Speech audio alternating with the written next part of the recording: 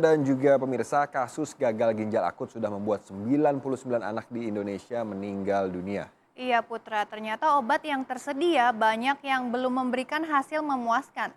Seperti yang dialami Rumah Sakit Cipto Mangunkusumo atau RSCM Jakarta. Ya, karena itu sebagai rumah sakit yang paling banyak menangani kasus gagal ginjal akut pada anak, RSCM akan mendatangkan obat dari Singapura. Berdasarkan data Kementerian Kesehatan, Rumah Sakit Cipto Mangunkusumo atau RSCM Jakarta paling banyak menangani kasus gagal ginjal akut pada anak. Sejak Januari lalu, ada 49 kasus yang ditangani rumah sakit ini dengan persentase angka kematian mencapai 63% atau 31 orang. Dirut RSCM Lisdina Liastuti mengatakan, dari 49 kasus, 11 orang masih dirawat intensif. Pasien yang dirawat di RSCM didominasi balita dan sebagian besar tanpa penyakit penyerta. Menurutnya, obat gagal ginjal akut yang ada belum memberikan hasil memuaskan. Oleh karena itu, RSCM akan mendatangkan obat dari Singapura. Kita cari obatnya ternyata salah satunya yang menjual dari Singapura. Nah, kami mau minta izin pada kementerian, boleh nggak? Ini kan kita namanya upaya ya. Setelah kita cari obat yang ada untuk yang obat gagal ginjal akut ini banyak yang tidak memberikan hasil yang memuaskan, kita mau coba. Nah, sementara kami baru bisa membawa itu 10 file ke Indonesia. Sedangkan di Surabaya, ada 24 anak balita gagal ginjal akut. Sebanyak 13 anak di antara mereka meninggal dunia. Ketua Ikatan Dokter Anak Indonesia atau IDAI Jawa Timur, Samsul Arif mengatakan ada 15 anak yang dirawat di Rumah Sakit Umum Dr. Sutomo Surabaya dan 9 anak dirawat di Rumah Sakit Saiful Anwar Malang.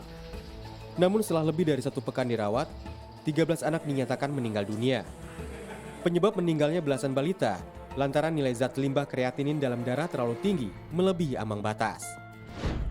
Sedangkan Dinas Kesehatan Sumatera Barat menyebut sudah 12 anak meninggal dunia akibat penyakit gagal ginjal akut.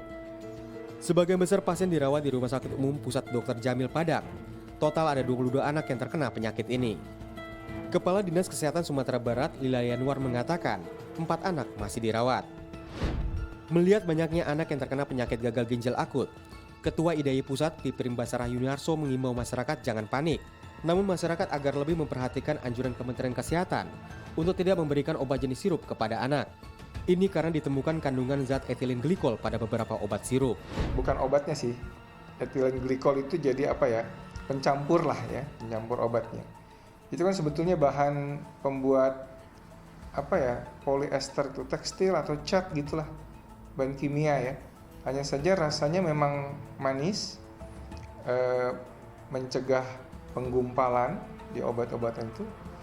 Dan dari beberapa yang saya baca itu, tulisan yang saya baca itu, kalau menggunakan itu biaya produksi bisa 1/10 lebih rendah. Berdasarkan data Kementerian Kesehatan, sudah 99 anak di Indonesia yang meninggal dunia akibat gagal ginjal akut. Sebelum terjadi di Indonesia dan Gambia, kasus serupa pernah terjadi di Bangladesh dan India beberapa tahun lalu. Hal itu juga terjadi karena adanya pencampur obat yang mengandung bahan berbahaya. Demikian laporan tim liputan Antv.